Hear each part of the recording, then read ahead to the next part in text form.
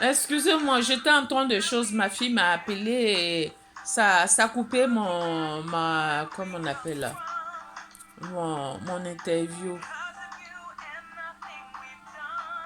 Ah, là, je suis fâchée là. Ils appellent toujours mauvais moment. Donc, Monsieur le Président, je disais que ça ne sert à rien de pouvoir vraiment amasser beaucoup d'argent, faire enrichir d'autres personnes qui n'ont pas besoin, même s'ils ont besoin. Mais il faut que vous faites travailler votre population en équitablement pour les investisseurs qui viennent travailler dans nos pays et que ces investisseurs qui viennent travailler en collaboration, ils doivent être en collaboration avec nos personnes comme les directeurs de sociétés, les entrepreneurs ivoiriens qui veulent aussi être comme les investisseurs étrangers là. Vous devez vraiment les rassembler, ces Ivoiriens-là, afin de pouvoir les trouver aussi un travail, leur manière de pouvoir, ce que les investisseurs font là, les mêmes choses là. Comme ça, la Côte d'Ivoire commence à avoir des entreprises originales, des entreprises autochtones. Vous devez créer. Dis que je veux vous embaucher, mais à condition que vous travaillez avec mes Ivoiriens, à condition que vous les montrez le travail d'infrastructure avec mes Ivoiriens et que mes Ivoiriens travaillent avec vous et ce sont les Ivoiriens d'abord et vous vous donnez seulement le plan et que le côté finance ensemble vous travaillez dans l'équitablement. Bref, moi c'était président, j'allais d'abord mon pays après les autres personnes. Voilà. Donc là, monsieur le président, ce soir-là, je suis venue. J'ai fait la première vidéo, j'ai parlé et puis ça a coupé. Donc là, c'est la deuxième vidéo, ça. Je suis venue là pour dire, monsieur le président Alassane Ouattara, si vous voyez que vous ne pouvez pas gérer, que c'est plus lourd que vous êtes arrivé à un moment où vous ne comprenez rien et que vous ne comprenez pas les choses de la Côte d'Ivoire et que les Ivoiriens entendent de vous harceler, c'est mieux de pouvoir vraiment quitter dignement et chercher ce qui est mieux dans votre moyen politique, puisque la politique là, c'est pas pour vous. Vous êtes un homme, un businessman. Vous êtes quelqu'un qui chose. Je cherche à trouver des moyens financiers. Je développe en milliers. Le reste, je m'en fous. Débrouillez-vous. C'est comme ça le businessman. Il cherche d'abord son intérêt. Donc, quand on est businessman et puis on fait la politique là, soit on a la compassion des peuples, soit on a l'amour pour son peuple, soit on vient à la politique pour pouvoir vraiment donner son cœur à son peuple pour dire l'argent que j'ai reçu là, cet argent là, moi ça me sert, mais demain si je meurs là, ça sera à mes enfants, mais mes enfants vont utiliser, ça sera peu. Donc moi là, je partage avec le peuple, je partage avec ma population. Je veux leur donner un travail, je veux multiplier ça pour les aider. En retour, ils m'aident et moi aussi je les aide et vice-versa. Et tout le monde gagne. Ça, pour quelqu'un qui vient à la politique, qui est un businessman qui vient à la politique, qui veut vraiment l'amour pour son pays, il va le faire. Donc là, si vous n'arrivez pas là à faire les deux choses à la fois là, c'est pas forcé, monsieur le président Alassane. Vous pouvez continuer votre businessman avec les internationaux et puis continuer dans ce domaine-là. Si la politique là, ça vous va pas. Donc là, je suis venue personnellement là, en tant que sœur, vous dire, je vous demande pardon. Anticipez votre élection. Anticiper, au lieu que ce soit 2020 là. Ça n'a qu'à être la fin de 2019 là. La fin là. Regrouper tous les partis politiques là. Trouver des solutions. Mais on sait que 2020 là, c'est pas une année qu'on va à l'élection. Parce qu'il y a trop de pleurs, il y a trop de mécontentement, il y a trop de choses vraiment qui n'est pas juste. Que vous n'arrivez pas même à trouver des solutions. Mais, si vous aimez la Côte d'Ivoire, anticipez. Et après, les jeunes qui se trouvent en Côte d'Ivoire, d'autres partis politiques qui veulent le bien de leur pays, qui savent vraiment gérer, qui savent vraiment faire la politique, choses, ils vont aussi faire leur expérience. Et vous, les papas, que ce soit PDCI, que ce soit FPI, que ce soit RHTP, mais les personnes qui sont à votre génération là, vous passez de côté, vous donnez l'emblème, le trophée à un jeune qui va pouvoir faire à votre place, qui va pouvoir gouverner aussi sa Côte d'Ivoire et qu'ensemble on va le suivre et qu'ensemble vous, les papas, vous les grands-pères, vous allez les conseiller ce qu'ils doivent faire comme pour rentrer dans la paix et dans l'harmonie et dans la réconciliation afin que la Côte d'Ivoire puisse aller de l'avant. C'est comme ça un président, un grand président doit faire. Que ce soit PDCI, que ce soit FPI, que ce soit d'autres partis politiques. Donc là, 2020, là, anticipez votre élection afin qu'un président neutre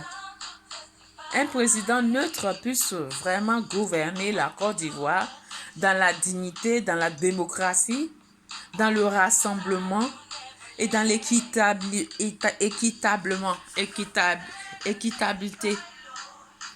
Si vous avez compris mon français là. Donc je demande à mon président Alassane Ouattara. Oui, vous êtes mon président parce que en ce moment, je m'adresse à vous. Je vous demande, je vous insulte pas. En tant que conseil d'une sœur, conseil d'une mère, conseil une sœur ou une parente, parce que je suis une Africaine, vous êtes un Africain, donc là, je vous parle comme si je parlais à mon frère.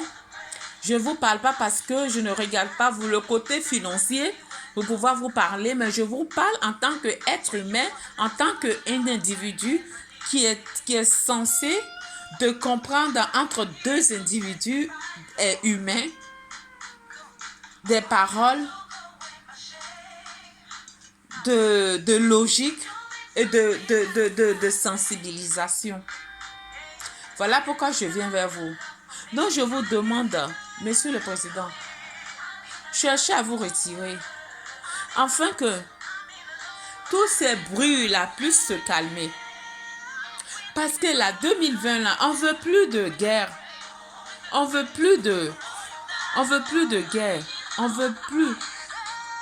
ne veut plus être dans la guerre. On veut être dans la paix.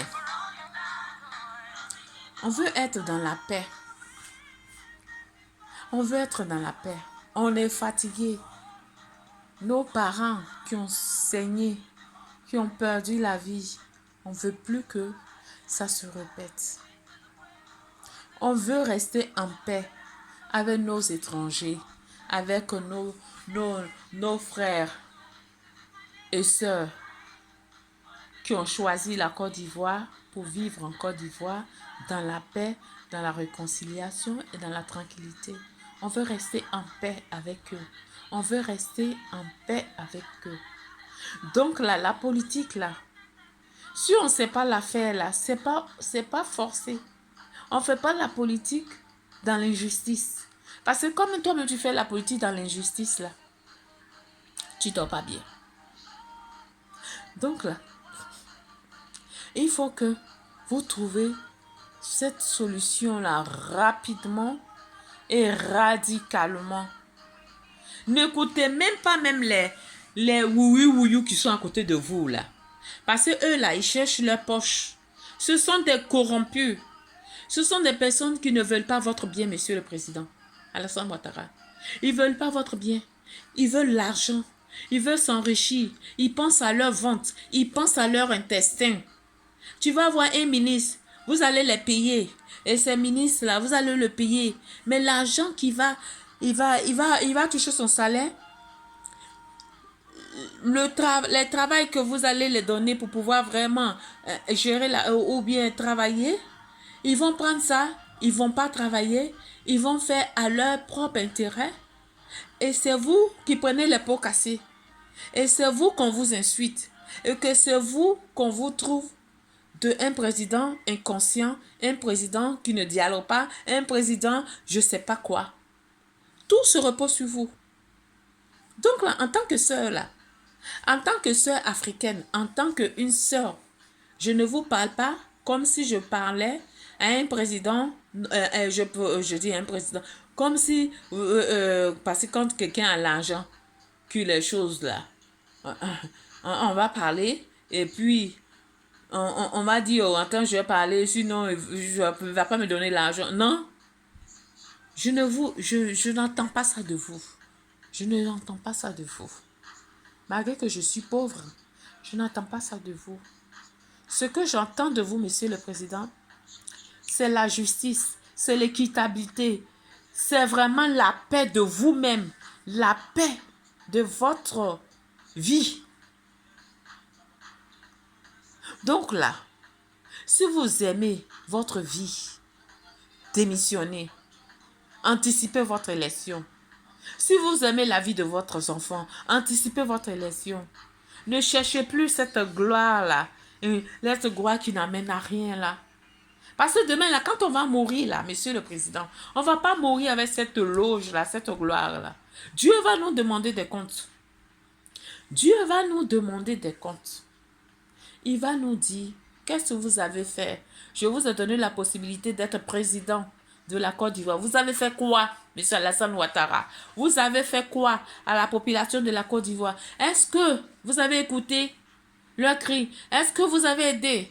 Est-ce que c'est Dieu qui va vous demander des comptes? Il n'y aura pas les ministres, il n'y aura pas ceux qui vous disent qu'il faut rester au pouvoir là, il n'y aura pas ceux-là. Vous serez ceux-là à témoigner. Il n'y aura même pas votre femme qui veut insister pour que vous soyez président, pour qu'elle aussi, elle mange là. Il n'y aura pas ça. Il n'y aura personne. Vous serez seul à rendre compte à Dieu. Donc là, les zoologes là, un moment, si on voit que ça va détruire la vie, vaut mieux se retirer. Oui, vaut mieux se retirer tranquillement, monsieur le président. Donc, si vous avez écouté mes conseils, si vous avez écouté ce que je viens de dire, je ne vous insulte pas, monsieur le président. Je vous parle comme si je parlais à mon frère. Je vous parle comme si je parlais à mon père. Voilà ce que je viens de vous dire. Même si vous étiez devant moi, je vais vous dire ça. Maintenant, si ça ne vous a pas plu, que vous voulez me faire ce que vous voulez, ça, je vais mettre mon sort devant vous. Mais au moins, devant Dieu, j'aurais dit ce que j'aurais dit. Et maintenant, c'est à vous de décider. Donc, bref, je suis venue ce soir-là pour dire vraiment, la population ivoirienne est fatiguée. La population ivoirienne est fatiguée des troubles en Côte d'Ivoire. La population ivoirienne veut la paix. La population ivoirienne veut la paix. La population ivoirienne veut une identité. Et cette identité, c'est quoi? Avoir la carte d'identité, c'est être digne de sa vie, de reconnaître son identité à travers une petite carte que demain, Si je m'en vais quelque part, que je me perds, on peut se retrouver quelque chose de moi. Donc, Monsieur le Président, ces populations qui crient, qui sont pauvres, qui n'ont rien, vous voulez les faire payer 5 000 francs de carte d'identité. C'est insensé. Vous pouvez seulement dire, on ne paye pas la carte d'identité, mais le timbre, au moins 1 000 francs. Vous payez le timbre 1 000 francs. Allez-y vous enregistrer, mais 1 000 francs timbre. Au moins, vous aurez fait quelque chose de noble, de social, de compréhension. Mais on ne sait pas qui vous conseille, Monsieur le Président Alassane, qui vous donne cette manière de penser en ce moment où les Ivoiriens n'ont pas de travail, en ce moment où c'est dur, ou même tu vas au marché, tu n'as pas l'argent, tu ne sais pas comment faire pour pouvoir payer ta